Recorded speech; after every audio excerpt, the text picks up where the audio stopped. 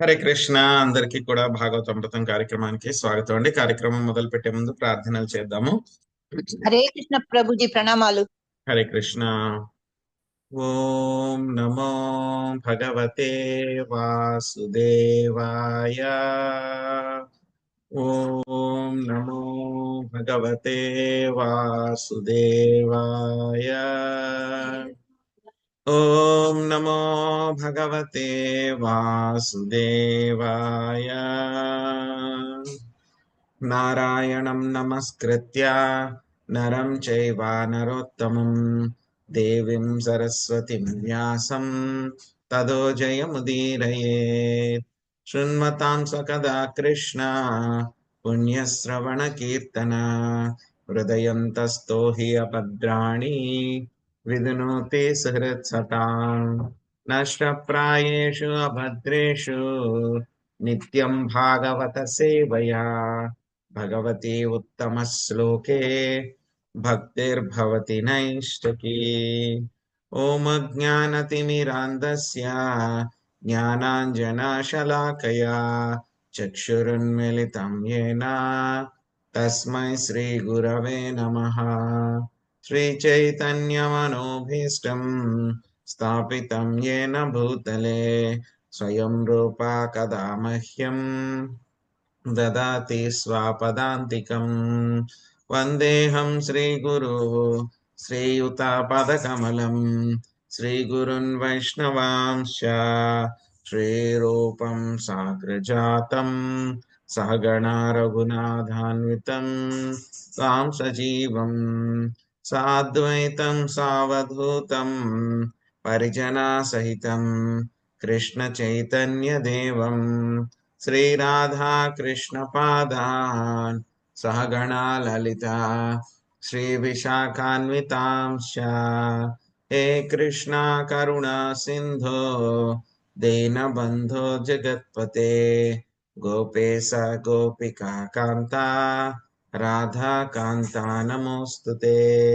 తప్త కాంచన గౌరాంగీ రాధే వృందావనేశ్వరి వృషభానుసుతే దేవి ప్రణమామి హరిప్రియే. వాంఛాకల్పతరుభ్యశ్చ కృపా సింధుభ్య ఏవ చ పతితానాం పావనేభ్యో వైష్ణవేభ్యో నమో నమః. జయ శ్రీ కృష్ణ చైతన్య ప్రభు నిత్యానంద శ్రీ అద్వైత గదాధర శ్రీవాసాది గౌర భక్త వృంద. హరే కృష్ణ కృష్ణ కృష్ణ హరే హరే హరే రామ రామ రామ హరే హరే. హరే కృష్ణ. సో ఈరోజు మనము శ్రీమద్ భాగవతము పంచమ స్కందము 14వ అధ్యాయము 2వ శ్లోకం నుంచి మన యొక్క భాగవత పఠనం కంటిన్యూ చేద్దాము.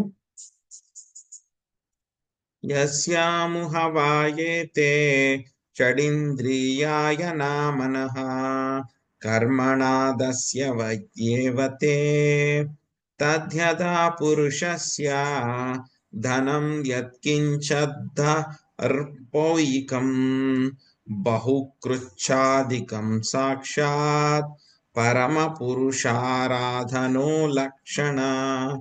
యోసౌ ధర్మస్తం తు సాంపరాయ ఉదాహరంతి తద్ధర్మ్యం ధనం ధర్మనా స్పర్శనా శ్రవణా స్వాదన వఘ్రాణ సంకల్ప వ్యవసాయ గృహ గ్రామ్యోపభోగేన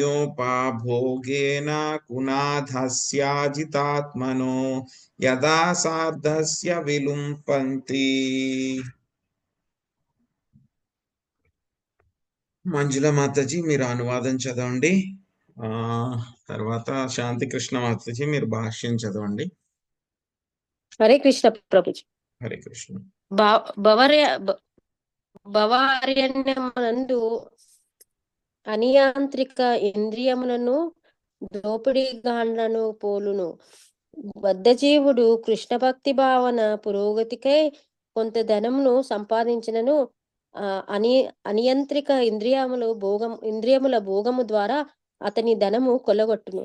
దర్శనము, ఆఘ్రాణము, ఆస్వాదనము, స్పర్శనము, శ్రవణము, సంకల్పము, కోరిక ఎన్నవి కొరకు అనవసరముగా ధనమును వ్యయమునర్చు చేయును.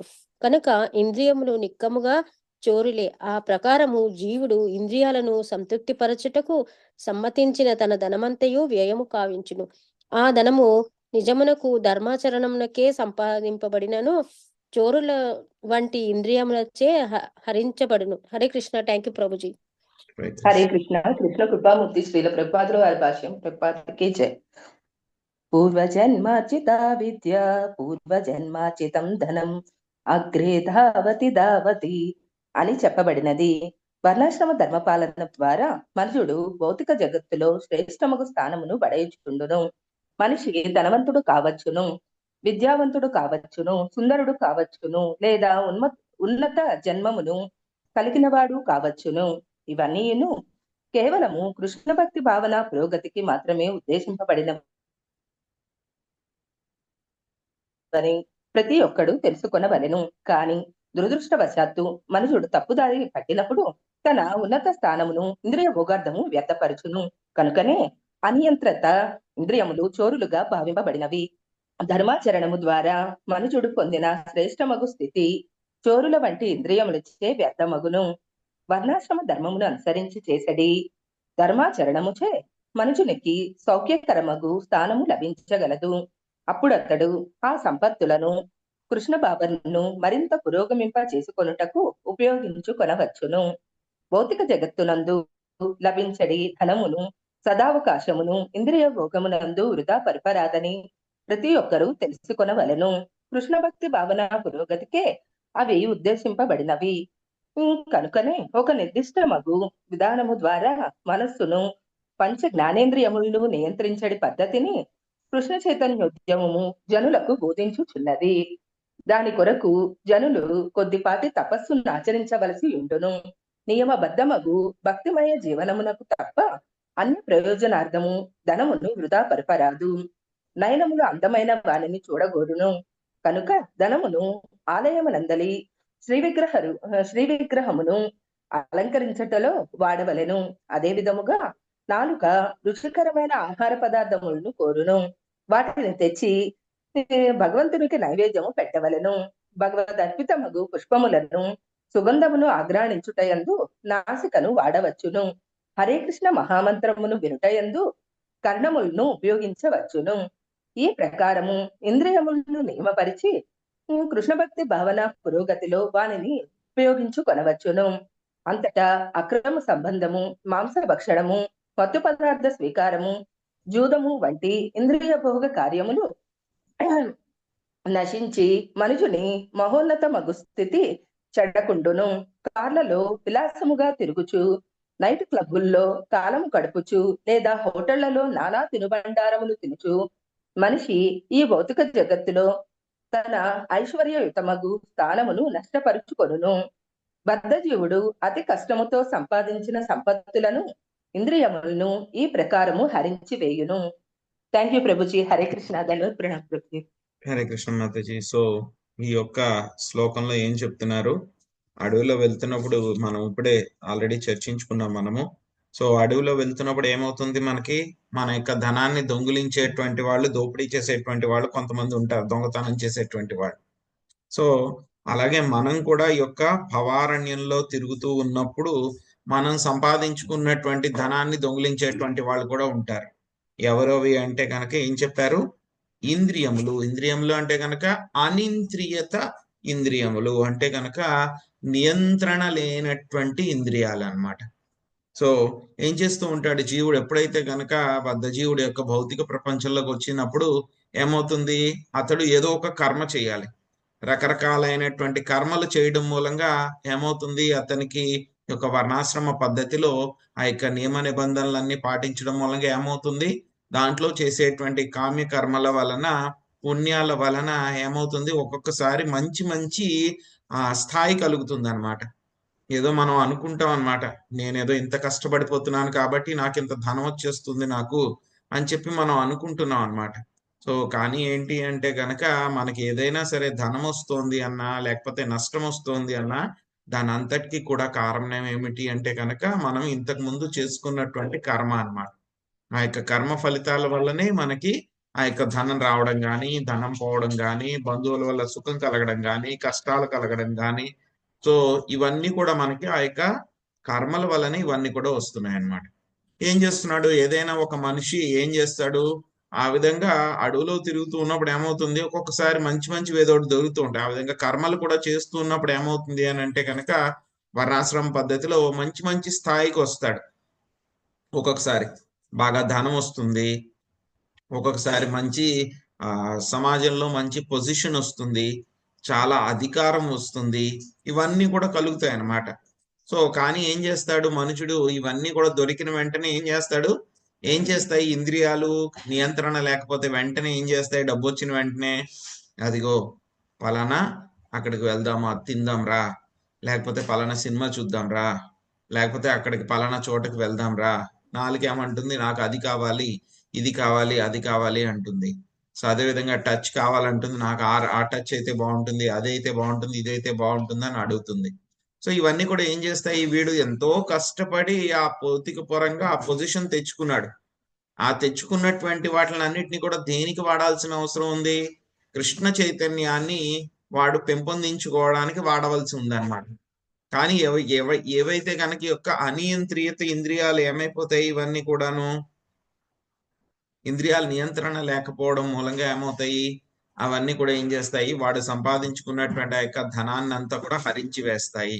అంటే ఏం చేస్తాయి? ఇంద్రియాలంతా కూడాను వాడు సంపాదించినటువంటి ఆ ధనాన్ని అంతా కూడా అనవసరంగా ఖర్చు పెట్టిచ్చేస్తాయి అన్నమాట. ఆ విధంగా వాడికి ఎంతో కష్టపడి సంపాదించుకున్నవంతా కూడా పోగొట్టుకుంటాడు అన్నమాట. పోగొట్టుకోవడమే కాకుండా ఇంకా ఏం చేస్తుంది? ఆ యొక్క చెడ్డ పనుల్లో పాప కర్మల్లో నియుక్తం చేస్తుంది అనమాట. దాని మూలంగా ఏమవుతుంది? ఇప్పుడు ఉన్నటువంటి ధనాన్ని పోగొట్టుకోవడమే కాకుండా ఇంకా ఏమిటి అంటే కనుక తర్వాత ఫ్యూచర్ లో కూడా వాడు బాధపడేలాగా చేస్తాయన్నమాట ఆ యొక్క ఇంద్రియాలు. అందుకే ఇక్కడ ఇంద్రియాలతోటి ఇంద్రియాలని దేంతో పోల్చారు? నిజముగా అవి దొంగలతోనే పోల్చారు అన్నమాట ఇక్కడ. అదచయత్ర కౌటుంబికా దారాపత్యాదయో నామ్నా కర్మణా వృక్రసృగాల ఏవా నిత్యతోపి కదర్యస్య కుటుంబినా ఉరణాకవత్ సంరక్ష్యమాణం మిషతోపి హరంతి. నడప శ్రీదేవి మాతాజీ మీరు అనువాదం చదవండి. అనువాదం భాష్యం చదివేసాను. హరే కృష్ణ ప్రభుజీ, దండవత్ ప్రణామం. రాజా, భార్యాపుత్రాదుల పేరిట చలామణి అయ్యడి కుటుంబ సభ్యులు నిజమునకు పెద్ద పులులు, నక్కల వలె వ్యవహరింతురు. గొర్రెల కాపరి తన మందను శక్తానుసారము కాపాడుటకు యత్నించినను పెద్ద పులులు తోడేళ్లు వంటివి వానిని బలవంతంగా హరించును. అదే విధంగా కృపణుడు ఎంత జాగ్రత్తగా తన ధనమును కాపాడినను అప్రమత్తునిగా ఉన్నను కుటుంబ సభ్యులు దానిని బలవంతంగా హరింతురు. భాష్యం బై శ్రీ ప్రపాదుల వారికి జై. తిన్కా దకిని రాత్ కా భాగిని పాలక్ రహు చూసే అని ఒక హిందీ కవి గానము చేసెను. పగటిపూట భార్య మంత్రగత్తెలతో పోల్చబడగా రాత్రి ఆ ఆడపులులతో పోల్చబడినది. రేయింబవళ్ళు భర్త యొక్క రక్తాన్ని పానము చేయుటయే ఆమె కార్యము. పగటిపూట ఎన్నియో కుటుంబ ఖర్చులు జరిగిపోవచ్చుండును. దాని కొరకు భర్త చెమటోర్చి సంపాదించిన ధనమంతయు వ్యయమగును. ఇక రాత్రి యందు మైదున సుఖములో అతడు వీర్య రూపమున రక్తమును వసుగును.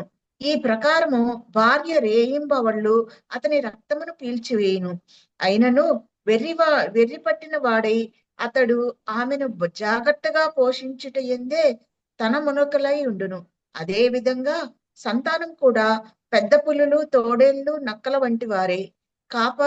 కాపరివాడు అప్రమత్తంగా ఉన్నను పెద్ద పులులు వంటివి గొర్రె పిల్లలను హరించినట్లు ధన వ్యవహారములను తండ్రియే స్వయముగా చూచుచున్నను సంతానము దానిని హరించివేయును. కనుక కుటుంబ సభ్యులు భార్యాపుత్రాదుల పేరిట పిలువబడినను నిజమునకు వారు చోరులే. హరే కృష్ణ ప్రభుజీ. ధన్యవాదాలు ప్రభుజీ. హరే కృష్ణ. సో ఇక్కడ ఈ శ్లోకంలో చెప్పిందంతా కూడా చాలా క్లారిటీగా ఉంది. ఇంకా ఎక్స్ప్లెనేషన్ ఏం అవసరం లేదని అనుకుంటున్నాను. తర్వాత శ్లోకానికి వెళ్ళిపోదాం. యదా హ్యనువత్సరం హృష్యమాణాపమప్యదగ్ధ బీజం క్షేత్రం పునరేవావపనకాలే గుల్మతృణవీరుద్భిర్య వరమివ భవత్యేవమేవ గృహోశ్రమం కర్మక్షేత్రం యస్మిన్నహి కర్మాణ్యుత్సీదంతి యదయం కామకరండా ఏష ఆవసదః.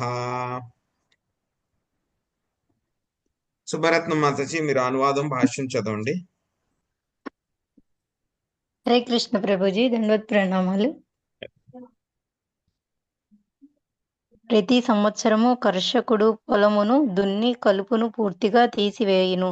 అయినను వాని బీజములు అచటనే ఉండి పూర్తిగా దగ్ధము కానందున పొలము నాట్లు వేసినప్పుడు తిరిగి వృద్ధి చెందును. పొలమును దున్నినప్పటికీ అవి దట్టముగా పెరుగుతూనే ఉండును. అదే విధముగా గృహస్థాశ్రమంలో కామ్యకర్మల క్షేత్రం వంటిది. గృహస్థ జీవన భోగవాంఛ పూర్తిగా దగ్ధము కానంత వరకు అది మరలా పెరుగుతూనే ఉండును. కర్పూరమునకు తీసివేసినను కర్పూర పాత్ర ఆ గంధమునే కలిగి ఉన్నట్లుగా వాంఛా బీజములు నశింపనంత వరకు కామ్యకర్మలు నశింపవు. భాష్యంపై శ్రీల ప్రభువాదుల వారికి జై. కోరికలన్నీను శ్రీకృష్ణుని సేవలోకి మారనంత వరకు మనుజుడు సన్యాసమును స్వీకరించినప్పటికీ గృహవాంఛ కొనసాగుచూనే ఉండును. మా సమస్తము యందు కొన్ని వార్లు కొందరు ఏదో ఉద్రేకముతో సన్యాసమును స్వీకరించినప్పటికీ కోరికలు పూర్తిగా భస్మీపటలము కానందున తిరిగి సంసారమును ప్రవేశించుచుందురు. పేరు గౌరవము నశించినప్పటికీ అట్టి కార్యములు వారికి పాల్పడుదురు. భక్తితో కృష్ణ సేవ యందు పూర్తిగా నెలకొనినప్పుడే అట్టి ప్రబలమగు కోరికలని భస్మీపటలము కాగలవు. Hare Krishna Prabhuji. Thank you Prabhuji. Hare Krishna Mataji. So మనం చూస్తూ ఉంటాం అన్నమాట. ఒక్కొక్కసారి రైతులు ఆ కలుపు మొక్కలకి అవి ఏమవుతాయంటే కనుక ఎలా ఉంటాయో తెలియదు, భూమిలో ఉంటాయి అన్నమాట. సో ఆ బీజాలన్నీ కూడా భూమిలోనే ఉంటాయి. సో ఎంత కలుపు మొక్కలు తీసేసినా సరే, ఎంత దున్నినా సరే, ఇంకా మొత్తం మంట పెట్టినా సరే ఏమైపోతాయి, ఎక్కడో ఒక్క చోట ఆ చిన్నవి బీజాలు అనేటువంటివి ఉండిపోతాయి అన్నమాట. ఏమాత్రం కొంచెం నీళ్లు పెట్టినా సరే, కొంచెం దున్నినా సరే ఏమవుతాయి, వెంటనే కలుపు మొక్కలు ఫస్ట్ వస్తాయి. మామూలు విత్తనాలు పెట్టిన దానికంటే కూడా యొక్క కలుపు మొక్కలు అనేటువంటివి చాలా తేలిగ్గా వచ్చేస్తాయి అన్నమాట అవన్నీ కూడా. సో అలాగే ఈ యొక్క గృహస్థాశ్రమం ఏంటంటే కనుక యొక్క కామ్యకర్మ క్షేత్రం లాంటిది అన్నమాట. సో మనందరికీ కూడా ఏమిటి, ఎందుకు మనం గృహస్థాశ్రమంలో ఉంటున్నాము అని అంటే కనుక మనందరికీ కూడా లోపల ఒక భావన ఉందన్నమాట. ఏమిటి ఆ భావన? ఆ భావన ఉండడం మూలంగానే అందరూ కూడా ఇల్లును పట్టుకుని అలాగే ఉంటున్నారు. ఎంత ముసలివాళ్ళు అయిపోయినా సరే వదిలిపెట్టట్లేదు ఇల్లుని. ఎందుకు వదిలిపెట్టట్లేదు? దాని వెనకాల ఉన్నటువంటి కారణం ఏమిటి అంటే కనుక గృహస్థ జీవనంలో యొక్క భోగవాంఛ అనేటువంటిది అన్నమాట. గృహస్థ జీవనంలో భోగవాంఛ అనేటువంటిది అది ఉన్నంత వరకు కూడా ఏం చేస్తూ ఉంటాడు మనుషుడు, మళ్ళీ ఇంటిలోను యొక్క భార్య పిల్లలు ఆ యొక్క సంబంధంలోనే ఉండడానికి ప్రయత్నిస్తూనే ఉంటాడు. ఒకవేళ మనిషి జీవనం రాకపోతే కనుక ఏమవుతుంది, పక్షుల్లో కూడా చూస్తూ ఉంటాం, పక్షుల్లో కూడా కుటుంబాలు ఉంటాయి. పక్షుల్లో, జంతువుల్లో కూడా కుటుంబాలు ఉంటాయి.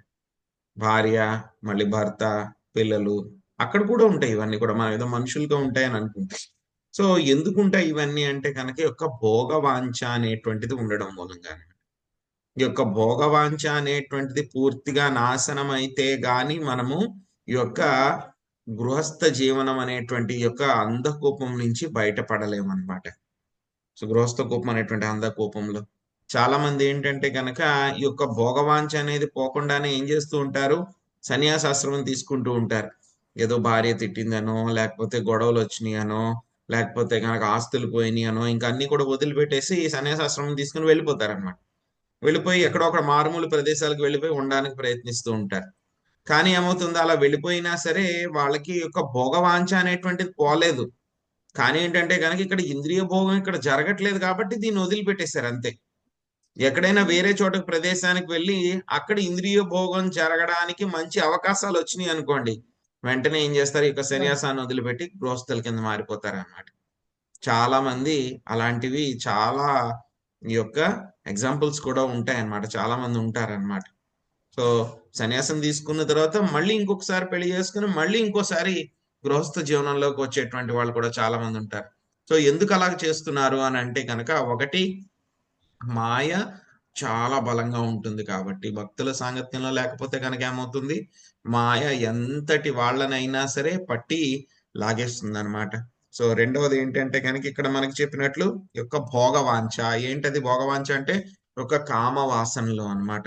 మనకు ఉండేటువంటి యొక్క కామవాసనలు అవే మనల్ని ఏం చేస్తున్నాయి, యొక్క భౌతిక ప్రపంచంలో మళ్ళీ మళ్ళీ తిరిగేలాగా చేస్తూ ఉన్నాయన్నమాట. సో ఆ తర్వాత మనకి ఇంకేం చెప్తున్నారు, దోమల గురించి, తర్వాత మళ్ళీ దొంగలు గురించి మనకి 5వ శ్లోకంలో చెప్తున్నారు. తత్రగతో దంసమాసక సమాపసై ధైర్మనుజై సలభ సకుంత తస్కర మూషకాదిభిరుప రుద్యమాన బహి ప్రాణః క్వచిత్ పరివర్తమానోస్మి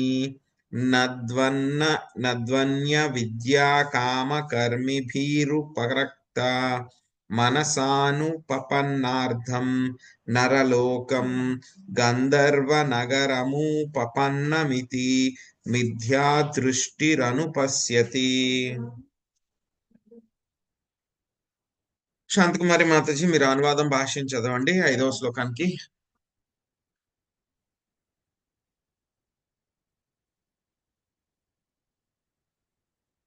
ఉన్నారండి శాంతకుమారి మాతాజీ? ప్రభావతి మాతాజీ మీరు చదవండి.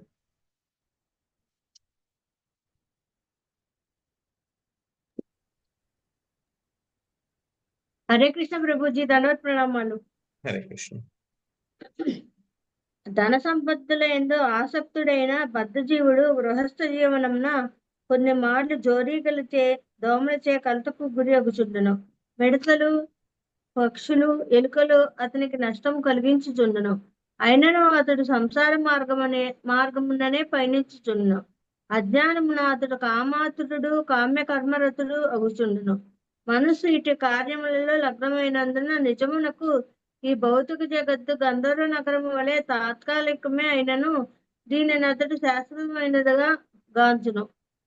భాష్యము బై శ్రీ ప్రభుపాదుల వారికి జై. అహంకారం మత హనా నితాయి పద స్పాసరియ అసత్యేరైతే సత్యకరి మాని అంచు నరోత్తమ దాసు ఠాకూర్లు గానం చేసిరి. నిత్యానందుల వారి పాద పద్మములను విస్మరించి ధన సంపత్తులతో గర్వించి మనుషుడు తాత్కాలికమైన ఈ భౌతిక జగత్తును యథార్థమైనదిగా తలపోయిను. ఇదే భవరోగము. జీవుడు శాశ్వతుడు, ఆనంద స్వరూపుడు. కానీ ఎన్ని భౌతిక క్లేశములు ఉన్నప్పటికీ అజ్ఞానవశమున అతడు ఈ భౌతిక జగత్తును సత్యము యథార్థమనియే తలుచును. హరే కృష్ణ ప్రభుజీ. కొంచెం ఫోన్ వినపడలేదు నాకు ప్రభు. హరే కృష్ణ మాతాజీ, తర్వాత చదివిందండి. తత్ర చ క్వచిదాతపోదక నిభాన్ విషయానుపధావతి పాపభోజన వ్యవాయాదివ్యసనలోలుపః. శాంతకుమారి మాత చదవండి. హరే కృష్ణ ప్రభు. ఆ గంధర్వపురమున బద్ధజీవుడు కొన్ని మార్లు పానము, భోజనము, మధునాది కార్యములను కావించుడను. అమితాసక్తుడై అతడు ఏడాది యందు ఎండమావలి ఎంట పరుగు తీయ మృగము వలి ఇంద్రియార్థముల ఎంట పరుగు తీయను. భాష్యము. ఆధ్యాత్మిక జగత్తు, భౌతిక జగత్తు అనుచు జగత్తులు 2 రకములు. భౌతిక జగత్తు ఏడాది అందలి ఎండమావి వలె అసత్తమైనది. ఏడాది ఎందు మృగము వీటిని చూచిన భావము పొందినను నిజమునకు అతడి జలం ఉండదు.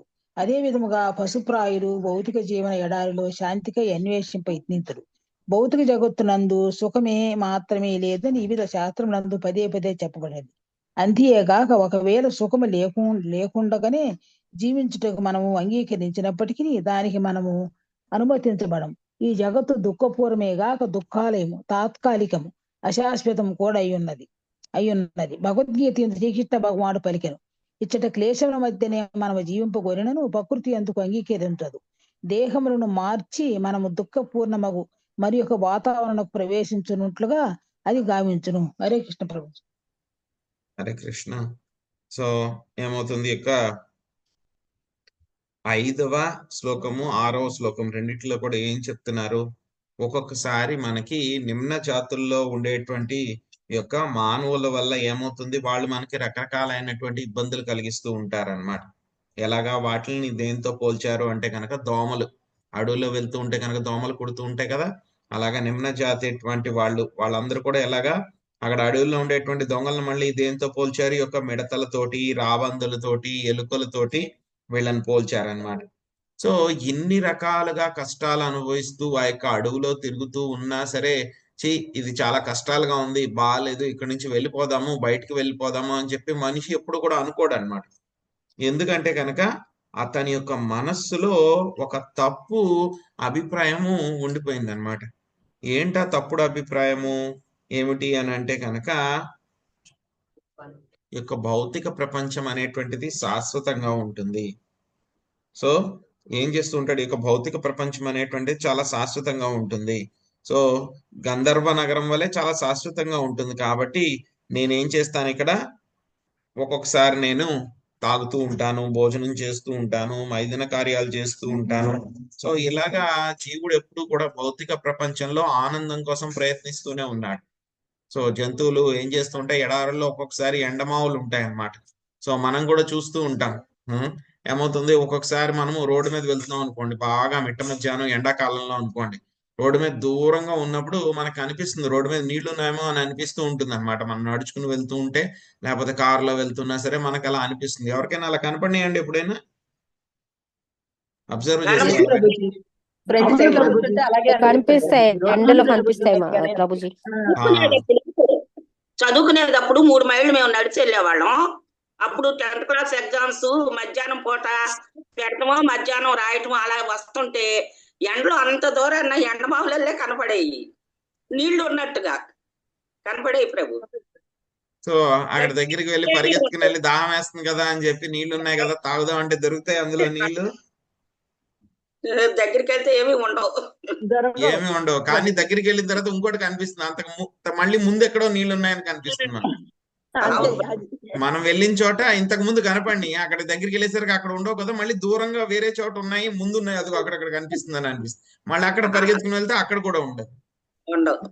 సో అలాగే జీవుడు కూడా ఏంటంటే కనుక ప్రతి ఒక్కడు కూడా అన్నమాట ఈ యొక్క ఆశతో బతికేస్తూ ఉన్నాడు అనమాట. ఈ రోజు నేను కష్టాలు అనుభవిస్తూ ఉన్నాను, ఈ రోజు ఏదో నాకు బాధలు కలుగుతూ ఉన్నాయి, కానీ రేపు నేను చాలా ఆనందంగా ఉంటాను. సో ఈ రోజు నేను కష్టపడుతున్నాను, కానీ రేపు నేను ఆనందిస్తాను, సంతోషంగా ఉంటాను. నేను దానికోసం అలా ఉండడానికి నేనేం చేస్తాను, రకరకాలైనటువంటి డబ్బు సంపాదిస్తాను, రకరకాలైనటువంటి పరిస్థితుల్ని సంపాదించుకుంటాను నేను. సో అన్ని తయారు చేసుకుని నేను ఇంకా పని చేయకుండా మానేసి అలాగా కూర్చుని నేను తింటాను, నేను అప్పుడు చాలా ఆనందంగా ఉంటాను. సో ఏం చేస్తాడు, ఆ విధంగా కొంత ధనం సంపాదించేస్తాడు, వాడికి ఆనందంగా రిటైర్మెంట్ ఉండడానికి సరిపోతుంది డబ్బులు. అప్పుడు వాడికి ఇంకొక కోరిక వస్తుంది అనమాట, నేను సంపాదించేశాను, మరి నా పిల్లలు కూడా అలాగే కూర్చుని తినాలి కదా, కాబట్టి వాళ్ళకి సంపాదించాలి. సో వాళ్ళకి కూడా సంపాదించిన తర్వాత మళ్ళీ ఇది సరిపోతుందో లేదో, అయిపోతుందో లేదో వాళ్ళకి పాపం అని చెప్పేసి వాళ్ళ పిల్లలు మనవలు కూడా కూర్చుని తినేలాగా సంపాదించాలి. అలా 7 తరాల వాళ్ళు కూడా కూర్చుని తినేలాగా సంపాదించడానికి వీడేం చేస్తూ ఉన్నాడు, వీడి యొక్క జీవిత కాలం అంతా కూడా వాడు వృధా చేసుకుంటూ ఉన్నాడు. చాలా మంది చూస్తూ ఉంటాం అన్నమాట, ఎంతలాగా ఆ యొక్క ధన సంపాదనలో మునిగిపోతూ ఉన్నారంటే కనుక కనీసం వాళ్ళకి తినడానికి కూడా వాళ్ళకి సమయం ఉండదు అన్నమాట. చాలా మందికి తినడానికి కూడా కనీసం ఎందుకు సంపాదిస్తున్నారో నువ్వు అంటే కనుక కనీసం భోంచేయాలి కదా, తినడానికి కూడా వాళ్ళకి సమయం ఉండదు అనమాట. ఏం చేస్తారు వాళ్ళు, ఆ విధంగా ఆరోగ్యాన్ని అంతా కూడా పక్కన పెట్టేసి డబ్బు సంపాదించాలని చెప్పి వాడుతూ ఉంటారు. ఏమవుతుంది, కొన్నాళ్ళకి డబ్బు వస్తుంది వాళ్ళ దగ్గర, కానీ ఏమవుతుంది, వాళ్ళ ఆరోగ్యం పూర్తిగా పాడైపోతుంది. ఒకసారి సడన్ గా ఏదో ప్రాబ్లం వస్తుంది అనమాట. ఎందుకంటే కనుక బాడీ సహకరించాలి కదా. ఒక్కసారి సడన్ గా ఏదో ప్రాబ్లం వస్తుంది, హాస్పిటల్కి వెళ్తే డాక్టర్ చెప్తారు నీకేదో పలానా జబ్బు ఉంది అని చెప్పేసి వీడు అప్పుడు దాకా సంపాదించిన డబ్బు అంతా కూడా ఏం చేస్తాడు, మొత్తం ఆ హాస్పిటల్ వాళ్ళందరికీ కూడా, డాక్టర్లకి ఆ టెస్ట్లని ఈ టెస్ట్లని ఆ థెరపీ అని ఈ సర్జరీ అని వాళ్ళందరికీ మందులని మాకులని మొత్తం వాళ్ళందరికీ కూడా వీడు కష్టపడి సంపాదించుకున్నటువంటి ఆ ధనాన్ని అంతా కూడా ఆ విధంగా వాడు వేస్ట్ చేస్తూ ఉంటాడు. సో ఏంటి అర్థం చేసుకోవాల్సింది ఏంటంటే కనుక ఒక భౌతిక ప్రపంచం అనేటువంటిది భగవద్గీతలో ఎప్పుడు చెప్పారు మనకి. శ్రీకృష్ణ భగవానుడు దుఃఖాలయం అశాశ్వతం అని చెప్పేసి చెప్పారు. సో కాబట్టి మనం ఇక్కడ ఎంత ఆనందంగా ఉండాలి అని చెప్పి ప్రయత్నించినా సరే ఏదో ఒక సమస్య అనేటువంటిది ఉంటూనే ఉంటుంది. 100% ఆనందం అనేటువంటిది ఇక్కడ దొరకదు. ఎలా అయితే కనుక మనం ఎండమాముల్లో నీళ్లు కోసం వెతుకుతూ కనుక నీళ్లు దొరకవు మనకి, అలాగే నిజమైనటువంటి ఆనందం మనకి ఈ యొక్క భౌతిక ప్రపంచంలో దొరకదు. భౌతిక ప్రపంచంలో మనకి దొరుకుతుంది అనేటువంటి ఆనందం కూడా ఏంటంటే కనుక అది మన యొక్క భ్రమ మాత్రమే అన్నమాట. హరే కృష్ణ ప్రభుజీ. హరే కృష్ణ. ఈ రోజు జరిగిన సిచ్యువేషన్, నేను ఒక ప్రభుజీ దగ్గర ఎప్పుడు ఇలాగా బాధలు పడతా, ఎప్పుడు ఇలాగే ఉంటాను నిరాశగా, ఒక్కసారి భగవద్గీత చదువుకోండి అని చెప్పానంటే, మనిషి ఆశాజీవి మాతాజీ, అట్లా లేకుండా ఎలా ఉంటాం అని అడిగారు. అంటే మాతాజీ అని అంటే మన కృష్ణ భక్తులు కాదు, బయట వేరే అభక్తులు అన్నమాట అన్నారు ఆ మాట. నేను ఆల్రెడీ భగవద్గీతను చాలా సార్లు చదువుకున్నాను, నాకు అన్నీ తెలుసు, కానీ అయినా ఆశపడతా, రేపు వచ్చేది బాగుంటది నా ఫ్యూచర్ అనేది ఆశపడతాను. ఇట్లాంటి మాటలు విన్నాను ప్రభుజీ. ఈ రోజు ఆశ అనగానే నాకు వాళ్ళన్న మాట గుర్తొచ్చింది. అంతే అండి. అంటే ఏంటంటే కనుక అక్కడ ఆ యొక్క ఎంజాయ్మెంట్ చేయాలి నేను ఇక్కడ అనేటువంటి భావన ఇంకా పోవట్లేదు. ఆ ఎంజాయ్మెంట్ మెంటాలిటీ, నేనే సెంటర్ అనేటువంటి ఎంజాయ్మెంట్ భావన పోనంత వరకు కూడా ఏమవుతుంది, ఈ భౌతిక ప్రపంచంలోనే మళ్ళీ మనం తిరుగుతూ ఉండాలన్నమాట. 7వ శ్లోకము. క్వచిచ్చాశేష దోష నిషధనం పురీష విశేషం తద్వర్ణ గుణ నిర్మితమతి సువర్ణముపాదిత్యగ్ని కామకాతరా ఇవోల్మూకపి సాచం. కొన్ని మార్లు జీవుడు బంగారమని తెలియబడు మలమునందు అభిరుచి కలవాడై దాని వెంట పరుగు తీయును. ఆ బంగారమే ఐశ్వర్యమునకు ఈర్ష్యకు మూల కారణము. మనిషి అక్రమ సంబంధమునకు, జూదమునకు, మాంస్య భక్షణకు, మద్యపానమునకు ఒడిగట్టునట్లుగా అది కావించును. అడవి అందు చలి పీడితుడు చిత్తడి నేలపై గల ప్రకాశమాన కాంతి అగ్ని అని భావించి దాని చెంతకు పరుగుదీయు రీతి రజోగుణయుతులు స్వర్ణమునకు పరమాకర్షితులు అగుదురు. చంద్రమాతాజీ చదవండి భాష్యము. హరే కృష్ణ ప్రభుజీ, ధన్యవాద ప్రణామాలు. శిల ప్రపాతుల వారి భాష్యం. శిల ప్రపాతుల వారికి శీఘ్రమే తన రాజ్యంను విడిచి కేవలం 4 ప్రదేశంలో అనగా వేశ్యాగృహమును, మద్యశాలలు, పద్యశాలలు, జూదాగ్రహంలో నిలుపుమని పరీక్షణ మహారాజు కలిపురుషుని పలికెను. ఆ 4 స్థానములకు కూడి ఉన్నట్టు మరి యొక్క స్థానం తనకి కొసగమని కలిపురుషుడు ప్రార్థించగా బంగారం ఉన్నట్టు ప్రదేశమును అతనికి పరీక్షితుడు వసగను. బంగారం నందు ఈ 4 పాపములు ఇమిడి ఉన్నవి కనుక ఆధ్యాత్మిక జీవితంలో సాధ్యమైనంత వరకు బంగారంను దరి చేరనీయరాదు. బంగారం ఉన్న చోట అక్రమ సంబంధం, మాంసభక్షణం, జూదము, మత్తు పదార్థ స్వీకరణము ఉండి తీరును. పాశ్చాత్య దేశంలో బంగారంను అధిక మొత్తంలో ఉన్నందునే ఆ దేశవాసులు ఆ 4 పాపములు బలి అయినరి. బంగారం రంగు తలతలా మెరిసిండను. లౌకికుడైన వాడు ఆ పసుపు వర్ణమునకు మిగులు ఆకర్షితుడము. కానీ నిజమునకు బంగారం ఒక రకమైన మలమే. కాలేయము చెడిన వాడిని మలము పసుపు పచ్చ రంగులో నుండును. వేడి కోరు వాణిని కొరివి దెయ్యము ఆకర్షించినట్లుగా బంగారం అనేది మలవర్ణంను లౌకికుని ఆకర్షించును. హరే కృష్ణ ప్రభుజీ. హరే కృష్ణ మాతాజీ. సో మనం చూసాం ఇక పరీక్షిత్ మహారాజు యొక్క మొదటి స్కందంలో మనం చూసాం ఏమవుతుంది. అప్పుడు పరీక్షిత్ మహారాజు కలిపురుషుడిని బంధించి శిక్షించినప్పుడు కలిపురుషుడు ఏం చేస్తాడు, ఆశ్రయం తీసుకుంటాడు. పరీక్షిత్ మహారాజు ఆశ్రయం. నాకు ఎక్కడో చోట ఉండడానికి నాకు అవకాశం ఇవ్వండి అంటే కనుక పరీక్షిత్ మహారాజు ఎక్కడ ఉండమని చెప్తారు ఆయనకి? బంగారంలో ఎక్కువ బంగారం ఉన్న దగ్గర, బంగారం ఎక్కువ బంగారం డబ్బు ఉన్న అంటే దగ్గర. కనుక ఎక్కడైతే మాంసభక్షణ గోధుమ, జరుగుతుందో అక్కడ ఉండమని చెప్తాడు. 4 ప్లేసులు ఇస్తారు. ముందుగా పరీక్షిత్ మహారాజు 4 ప్రదేశాలు మధుపానీయాలు. ఇస్తారు. ఆ 4 ప్రదేశాలు ఏమిటి? ఆ 4 సరిపోవు నాకు అన్నప్పుడు ఇంకొక ప్రదేశాన్ని ఎక్స్ట్రా ఇవ్వమంటే ఇంకొక దానికి ఛాన్స్ ఇస్తారు. ముందుగా ఆ అది 4 బంగారం. ప్రదేశాలు ఏంటి చెప్పండి, బుక్ చూసి చెప్పకండి. మద్యము, మాంసము, వెండి. వేశ్య గృహము, ఆ, బంగారం బంగారం ప్రభుజీ బంగారం. ఇది క్లబ్బులు, ఫస్ట్ 4 చెప్పండి. 4 ప్రదేశాలు ఇచ్చారు కదా, అవి అదే చెప్పండి. సార్. 1 జూదం మద్యపానం, చెప్పారు. ఎక్కడైతే జూదం జరుగుతుందో, ఎక్కడైతే మాంసభక్షణ, మత్తు పదార్థాల జూదం, స్వీకారం జరుగుతుందో, ఎక్కడైతే అబద్ధం, సాంగత్యం జరుగుతుందో, జూదము, మాంసభక్షణము, మాంసాహారం, మద్యపానం, వేశ్యాగృహం, తర్వాత లాస్ట్ లో బంగారం. చివరిగా అది 4 సరిపోవు అని అంటే కనుక ఇంకొక ప్లేస్ ఇవ్వండి అంటే కనుక బంగారంలో ఉండమని చెప్పి చెప్తారనమాట. సో ఇదే విధంగా అందుకే ఏమవుతుందంటే కనుక ఎక్కడైతే కనుక బంగారం ఎక్కువగా ఉంటుందో, యాక్చువల్గా ఏంటంటే కనుక ఎక్కడైతే కనుక అక్రమంగా ఈ యొక్క బంగారాన్ని సంపాదిస్తారో అక్కడ ఈ యొక్క కలిపురుషుడు ఉంటారనమాట. కలిపురుషుడు ఉంటే కనుక దానికి నిదర్శనాలు ఏముంటాయి? కలిపురుషుడు ఉంటే కనుక ఏముంటాయి అక్కడ? కొట్లాటలు, పెద్దగా అధర్మం ఎక్కువ ఉంటుంది. కలి అంటే కనుక ఏంటంటే కనుక దెబ్బలాడుకోవడం అన్నమాట. జగడాలు, గొడవలు పడ్డం, జగడాలు పడ్డం, యుద్ధం జరగడం. కలిపురుషుడు యొక్క లక్షణం ఏమిటి? ఎక్కడైనా కలిపురుషుడు ఉన్నాడు అని అంటే కనుక వెంటనే ఈ యొక్క యుద్ధం జరుగుతుంది, గొడవలు జరుగుతాయి, కొట్టుకోవడం జరుగుతుంది, ప్రశాంతత ఉండవు, ఇవన్నీ కూడా ఉంటాయి అన్నమాట. సో ఎక్కడైతే కనుక అక్రమముగా బంగారం సంపాదిస్తారో, నిజాయితీ లేకుండా యొక్క బంగారం అంటే కనుక బంగారమే కాదు, ధనం అన్నమాట, అక్రమంగా యొక్క ధనం సంపాదిస్తారో ఏమవుతుంది? అక్కడంతా కూడా కలిపురుషుడు ఉంటారు. కలిపురుషుడు ఉంటే కనుక ఏమవుతుంది అక్కడ? ఇప్పుడు ఏంటంటే కనుక అందరూ కూడా ఏంటంటే కనుక ఫస్ట్ డబ్బులు సంపాదించాలని చెప్పి చాలా చాలా కష్టపడతారు. కష్టపడిన తర్వాత నెక్స్ట్ ఇంకొక పని చేస్తారు. డబ్బులు వచ్చేసినాయి, ఇప్పుడు వచ్చిన తర్వాత కూడా ఆ డబ్బులు ఖర్చు పెట్టాలన్నా కూడా చాలా కష్టపడాలి. కష్టపడాలా? డబ్బులు ఖర్చు పెట్టడానికి కూడా కష్టమా కాదండి? కష్టపడాలా వద్దా? కష్టమే. కష్టపడాలి.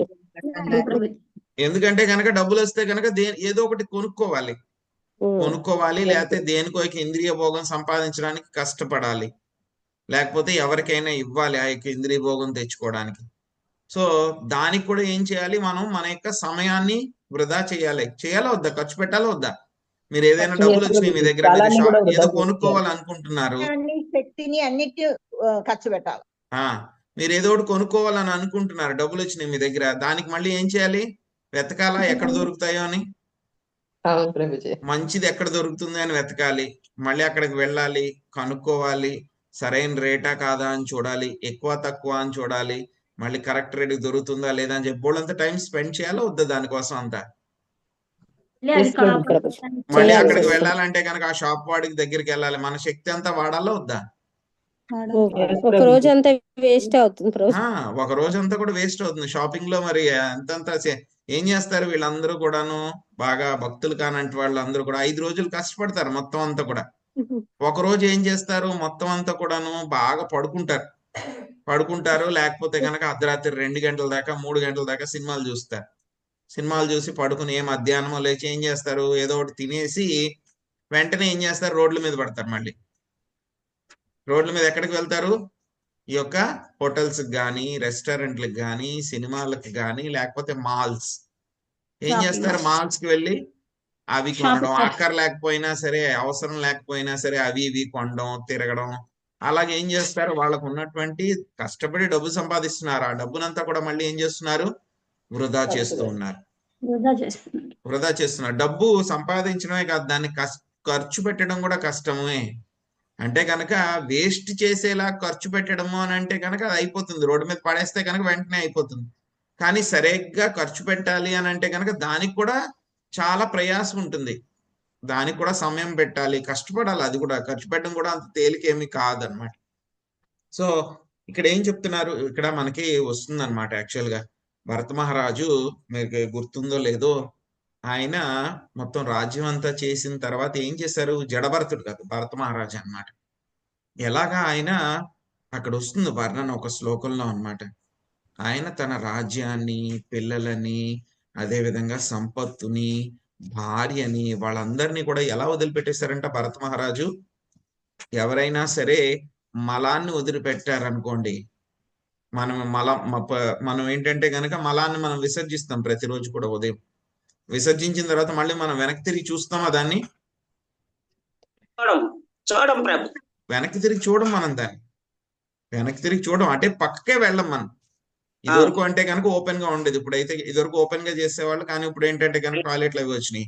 కానీ ఏంటంటే కనుక ఓపెన్ గా ఉన్నప్పుడు కూడా అది అక్కడే ఉన్నా సరే మళ్ళీ మనం వెనక్కి తిరిగి అక్కడికి వెళ్తామా? వెళ్ళం. అలాగా భరత మహారాజు ఏం చేశారు? మొత్తం భార్య, పిల్లలు, సంపద, వీటినన్నిటినీ కూడా ఒక మలాన్ని ఎలాగైతే కనుక వదిలిపెట్టేసిన తర్వాత మనం దాని వంక చూడమో, ఆయన అలాగా వాటినన్నిటినీ కూడా వదిలిపెట్టి వచ్చేసారంట. వాటినన్నిటినీ కూడా ఒక మలం కింద ఆయన ట్రీట్ చేసి దాన్ని వదిలిపెట్టేసి ఆయన వచ్చేసారంట భరత మహారాజు. సో అందుకే ఆయన ఈ విధంగా చెప్పారన్నమాట ఇక్కడ కూడా. యొక్క పసుపు రంగులో ఉండేదంటే కనుక యొక్క బంగారం కూడా ఏంటి?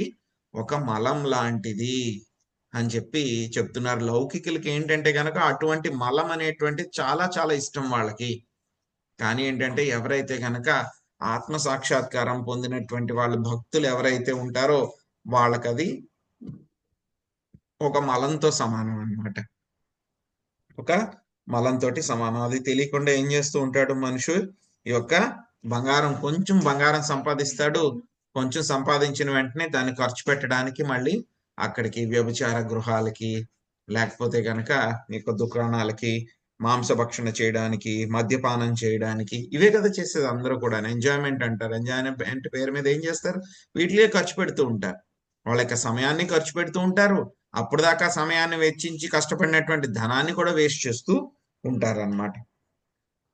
దాన్ని మనకి యొక్క 7వ శ్లోకంలో చెప్పడం జరిగింది. దీన్ని ఎలా పోల్చారు అంటే కనుక అక్కడ మనకి జడభరతుడు ఏం చెప్పారు దాని గురించి ఎవరైనా చెప్పగలరా?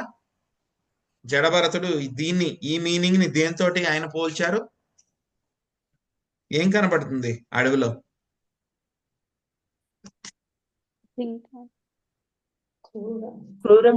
సింహాలు, తోడేళ్ళు కాదు. పసుపు రంగులో ఉంటది, ఏదో కనబడుతుందని చెప్పారు అక్కడ.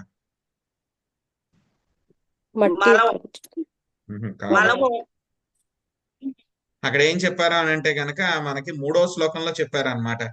అక్కడ బాగా ప్రకాశవంతంగా ఉన్నటువంటి ఒక దెయ్యం కనబడుతుంది. ఆ దెయ్యం ఎలా ఉంటుందంట? చాలా వెలిగిపోతూ ఉంటుందన్నమాట. ఆ దెయ్యం ఏంటి? ఇక్కడ దేంతో పోల్చారు? ఆ యొక్క దెయ్యము యొక్క బంగారంతో పోల్చడం జరిగిందనమాట. సో అక్కడ మనకి అడవిలో ఏం చెప్పారు?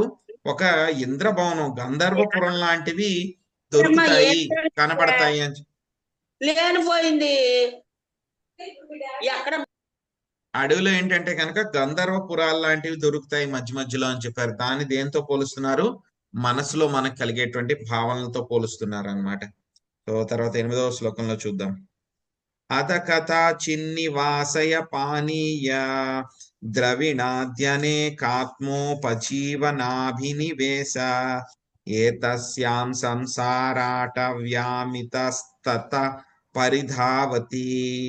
ఒకప్పుడు జీవుడు నివాస స్థానమును వెతుకుటయందు, దేహ పోషణార్థమై జలమును ధనమును పొందుటయందు తలమునకులై ఉండును.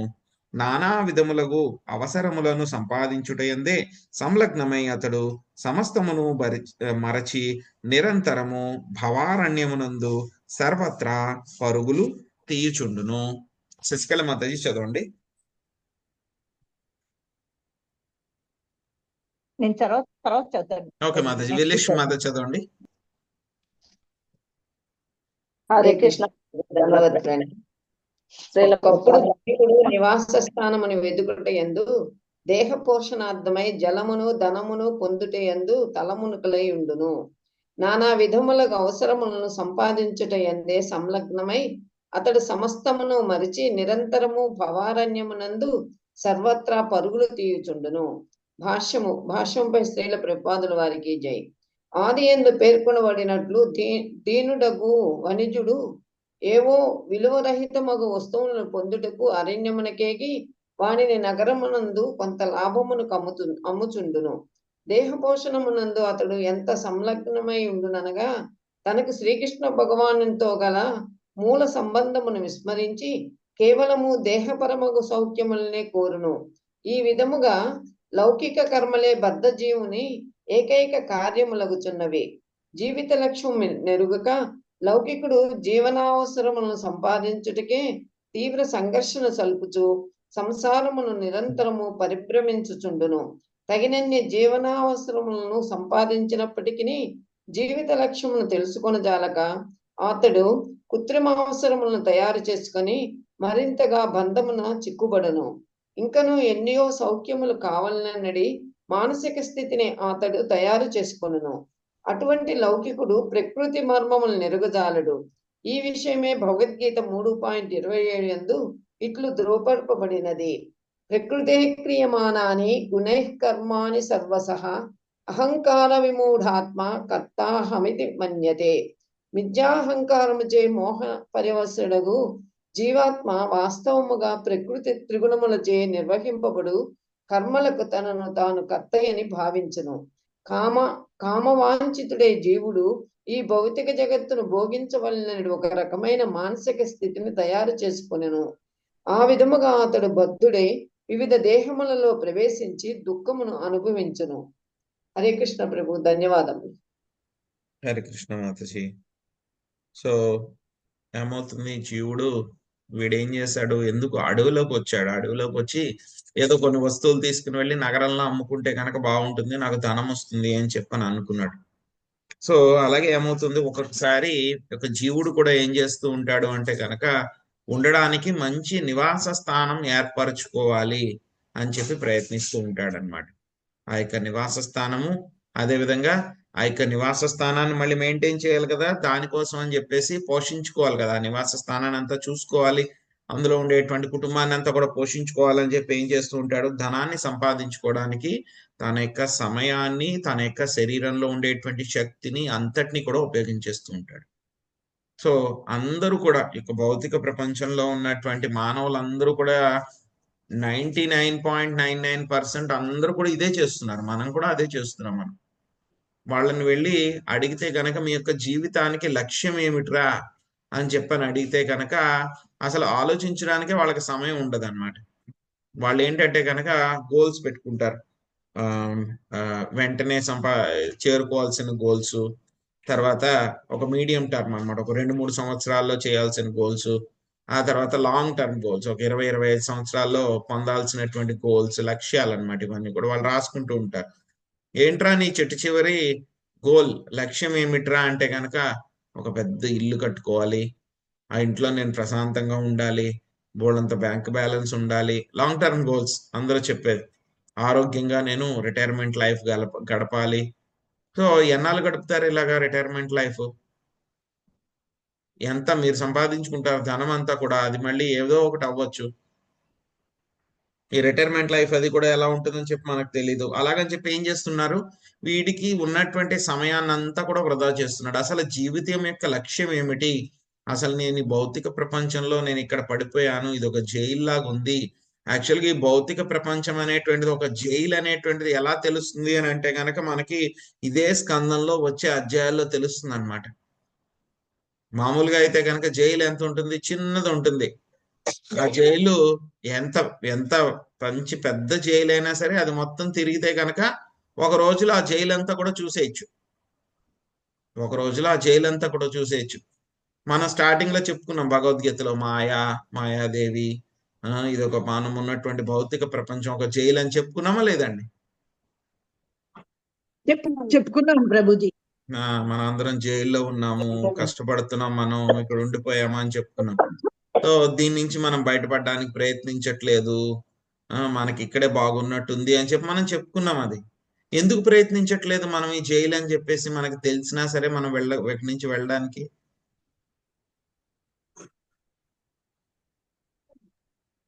ఎందుకు ప్రయత్నించట్లేదు?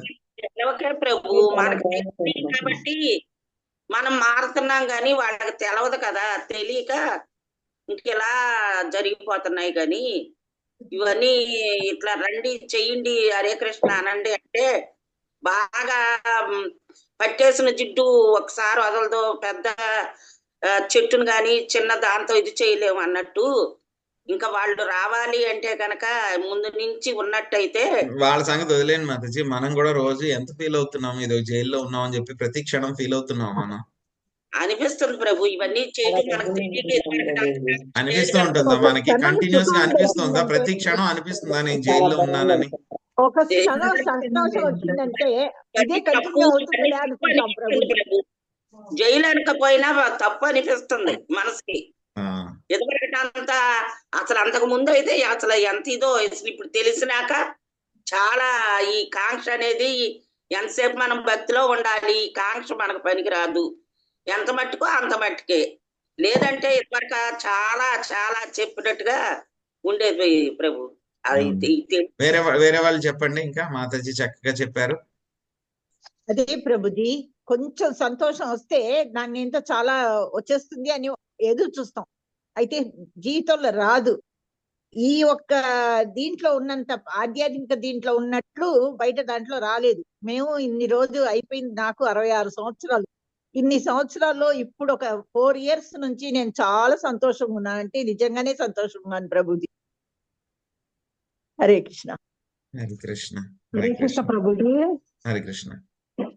క్లాసుకు ఇచ్చిన తర్వాత మాకు చాలా మార్పు కూడా వచ్చింది ప్రభుజీ. మాలో ఒక నిమ్రతగా ప్రవర్తించడము, కోపం లేకపోవడము, ఉదయం లేస్తే పరమాత్ముడికి అలంకరణ చేసుకోవడము, భోగా అర్పించుకోవడము, టైం అయిపోద్ది అనే ఆతృత, ఎప్పుడెప్పుడు చేయాలన్నట్టు కృష్ణ భక్తిలో చాలా వరకు మేము పురోగిస్తున్నామని అనిపిస్తుంది మా ప్రభుజీ మనసుకి. మీ అంత కాకపోయినా కూడా ఆ 16 మాలలు చేసుకోవడం, పరమాత్ముడికి అలాగేం లేదండి, అందరూ కూడా సాధన అందరూ కూడా సాధన చేస్తున్నాం అంతే. బుక్స్ చదువుకోవడము.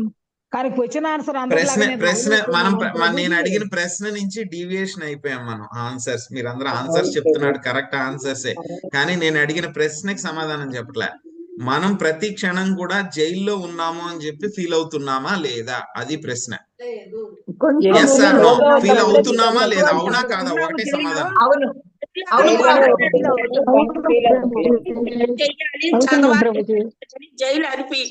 అవుతున్నాము అని అంటే కనుక ఎందుకు అనిపిస్తోంది మనం జైల్లో ఉన్నామని?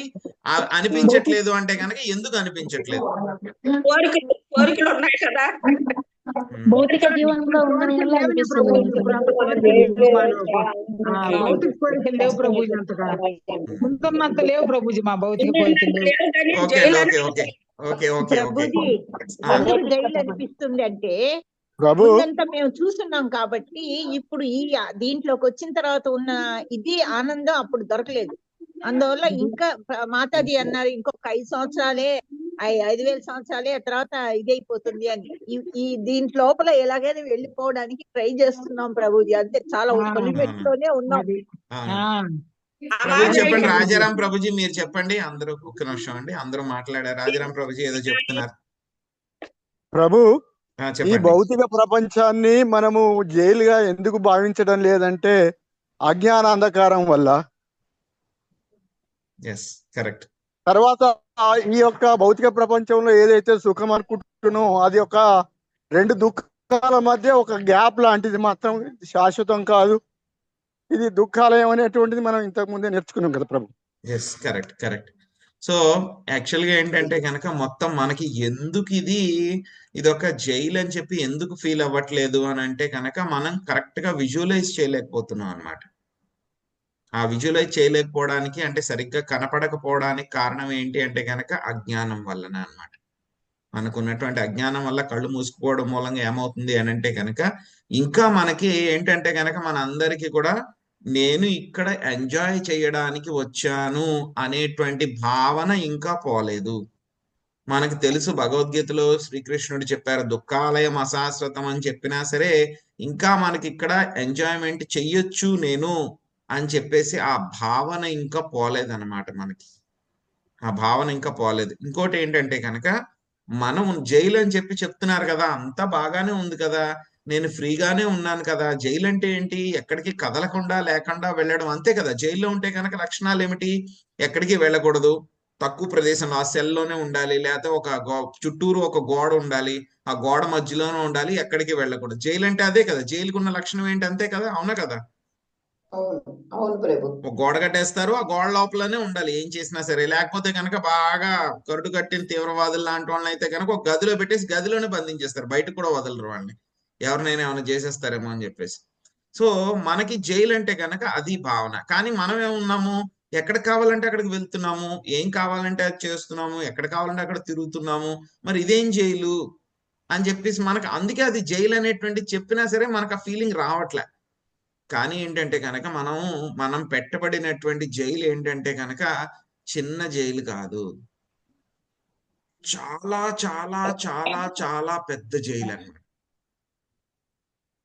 మనకి తెలియదు అసలు ఎంత పెద్ద జైల్లో పెట్టబడ్డాము అని చెప్పి తెలీదు. అంత పెద్ద జైల్లో ఉన్నాం అన్నమాట మనం. ఈ జైలు అంతా కూడా తిరగడానికి మొత్తం అంతా తెలుసుకోవాలి అని అంటే కనుక మొత్తము మనకు ఉన్నటువంటి జన్మ సరిపోదన్నమాట. ఈ జైలు ఓ చివరి నుంచి ఇంకో చివరికి వెళ్ళాలంటే గనక మనకు ఉన్నటువంటి 100 సంవత్సరాలు అసలు సరిపో. ప్రతిరోజు కూడా మనం ఆగకుండా వెళ్ళినా సరే ఈ జైల్లో కనీసం మనం ఒక 1% కూడా కవర్ చేయలేము ఈ 100 సంవత్సరాల్లో. అంత పెద్ద జైలు అన్నమాట మనం. అందుకనే మనం జైల్లో పెట్టారు అని చెప్పి ఎవరైనా చెప్పినా సరే మనకు ఆ ఫీలింగ్ రావట్లేదు. ఎందుకంటే గనక ఆ చివరిలో ఉన్న గోడ మనకు కనపడట్లా. జైలు అంటే కనుక ఒక గోడ ఉండాలి కదా. చూస్తాం మనం, జైలు అంటే చాలా ఎత్తుగా గోడలు ఉంటాయి, దానిపైన కరెంటు ఫెన్సులు అన్ని పెడతారు. ఆ గోడ మనకు కనపడట్లేదు. ఆ గోడ కనపడట్లేదు కాబట్టి మనం జైల్లో ఉన్నాము అని చెప్పి మనకు తెలియట్లేదు.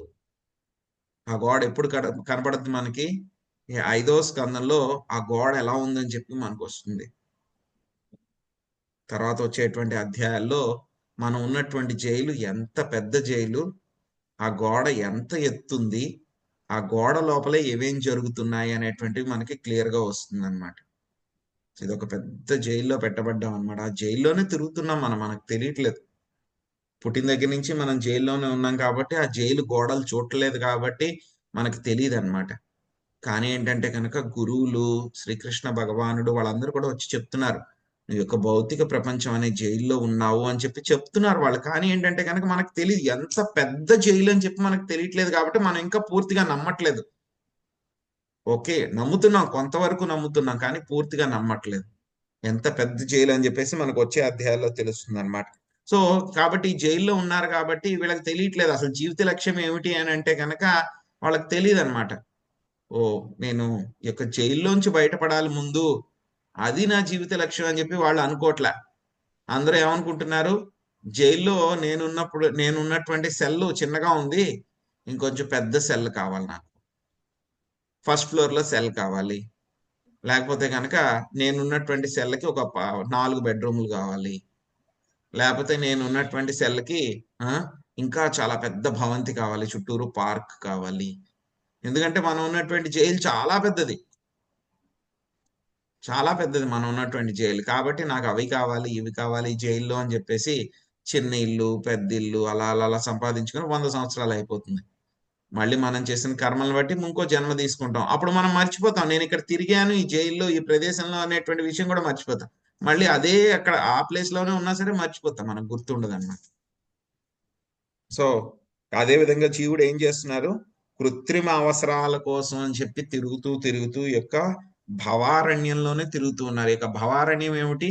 మనం ఉన్నటువంటి యొక్క భౌతిక ప్రపంచం అన్నమాట. భౌతిక ప్రపంచంలోనే మనం ఏం చేస్తూ ఉన్నాం, ఎన్నో జన్మల నుంచి తిరుగుతూ ఉన్నాం మనం. ఈ యొక్క భవారణ్యంలో మొత్తం ఎన్ని ఉన్నాయి? 14 అంతస్తులు ఉన్నాయి, 14 ఫ్లోర్లు. ఆ పైనుంచి కిందకి ఫస్ట్ ఫ్లోర్ లో ఒకసారి ఉన్నాము, సెకండ్ ఫ్లోర్ లో ఒకసారి ఉన్నాము, 14th ఫ్లోర్ లో ఒకసారి ఉన్నాము, మళ్ళీ 11th ఫ్లోర్ లో ఉన్నాము, రకరకాల టైముల్లో ఉన్నాము, రకరకాల డ్రెస్సులు వేసుకున్నాము. ఇక్కడే ఈ భవారణ్యంలో పైకి కిందకి ఆ బ్రహ్మ భువనార్లోక పునరావర్తినోర్జున. ఎక్కడికి వెళ్ళినా సరే మొత్తం 14 లోకాల్లో కూడా మనం ఇక్కడే తిరుగుతూ ఉన్నాం అన్నమాట. దేని చుట్టూ నా లక్ష్యం తెలీదు. అసలు 14 ఫ్లోర్లు కూడా వద్దు నాకు, ఈ 14 ఫ్లోర్లోంచి బయటపడాలనేటువంటి దానికోసం మనం ప్రయత్నమే చెయ్యట్లేదు. మనం ఈ జైలుకి ఎన్ని ఫ్లోర్లు ఉన్నాయి? 14 ఫ్లోర్లు ఉన్నాయి. అసలు ఈ 14 ఫ్లోర్లే కాదు, ఈ 14 ఫ్లోర్ల చుట్టూ పెద్ద గోడ పెట్టారు. ఈ గోడే కాదు, మళ్ళీ దీని నుంచి మనం ఎక్కడైనా ఫ్లైట్ వేసుకుని వెళ్ళిపోతామేమో అని చెప్పేసి ఒక పెద్ద బంతిలాగా పెట్టి దానికి పెద్ద పెద్ద పొరలు కూడా కప్పేశారు. గాల్లోంచి నడుచుకునైనా సరే వెళ్ళకుండా ఈ యొక్క పొరలైనా దాటుకుని వెళ్ళిపోతాం అని చెప్పేసి వాటిని కూడా పెద్ద పెద్ద పొరలు కట్టేశారు వాటిని. అసలు ఈ జైల్లోంచి తప్పించుకుని వెళ్ళడం అనేటువంటిది ఇంపాసిబుల్. అండమాన్ జైలు అంటారు కదండి, అక్కడికి వెళ్తే కనుక ఏమవుతుంది? ఎక్కడ ఉంటుంది? ఇది వరకు స్వాతంత్ర సమరయోధులందరినీ అండమాన్ జైల్లో పెట్టేసేవారు అనమాట. ఇప్పుడు కూడా ఒక్కొక్కసారి వీడియోలు పెడుతూ ఉంటారు. మామూలు జైల్లో అయితే కనుక గేట్ ఉంది అనుకోండి, గేట్ బయట ఇలా చేయి పెడితే కనుక మనకి తాళం దొరికేస్తుంది. అండమాన్ జైల్లో అనుకోండి, వాడికి తాళం ఎక్కడ ఉంటుంది? వీడి సెల్ ఇక్కడ డోర్ ఇక్కడ ఉంటే కనుక వాడికి వేయాల్సినటువంటి తాళం ఆ చివరి ఉంటుంది అనమాట. ఒక 2-3 అడుగులు తర్వాత, 2-3 అడుగులు కాదు, 4-5 మీటర్ల తర్వాత అక్కడ దాకా ఉంటుంది ఈ గెడ అనమాట. అక్కడ దాకా వీడి చెయ్యి వెళ్ళనే వెళ్ళదన్నమాట. అక్కడికి వెళ్ళారంటే కనుక, ఇంకా అండమాన్ జైల్లోకి ఎవరైనా వెళ్ళారంటే కనుక 2 ఆప్షన్స్. ఒకటి, వాళ్ళు ఏదో దయచేల్చి వీడిని పంపించడం, లేకపోతే ఇంకా అక్కడ చనిపోవడం అంతే. తప్పించుకుని బయటకు వచ్చినా సరే ఏమవుతుంది? వాడు ఆ యొక్క హిందూ మహాసముద్రంలోకి వస్తాడు. ఎవరైనా దాన్ని ఈత కొట్టగలరా? ఎవ్వరు ఈత కొట్టలేరు దాంట్లో. కొంతసేపు కొడతాడు, అందులో మునిగిపోతాడు, లేకపోతే ఏ తిమింగలాలో ఏ ఒకటి వాడిని తినేస్తాయి అన్నమాట. సో అలాగే మనం కూడా ఈ యొక్క భౌతిక ప్రపంచంలో చిక్కుకు పడిపోయి ఉన్నాం. చాలా చాలా చాలా చాలా పెద్ద జైలు ఇది. సో అది తెలియకుండా మనం ఏం చేస్తున్నాము? ఎంజాయ్ చేస్తున్నాము. 14 లోకాల్లో ఎంజాయ్ చేస్తూ ఉన్నాము. అది మన పరిస్థితి అన్నమాట. సో దాన్ని ఇక్కడ పెద్ద భవారణ్యంతో పోల్చారన్నమాట. ఆ భవారణ్యంలో ఎంతెంత కష్టాలు ఉన్నాయంటే అని చెప్పి మనకు చెప్పారు. సో ఇంకా తర్వాత దాని గురించి మనం రేపు చర్చించుకుందాం అండి. హరే కృష్ణ.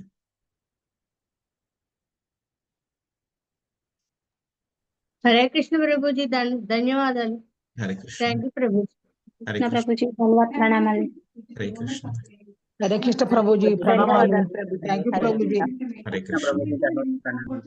హరే కృష్ణ. ప్రభుజీ, ధన్యవాదాలు, ప్రణామాలు. హరే కృష్ణ.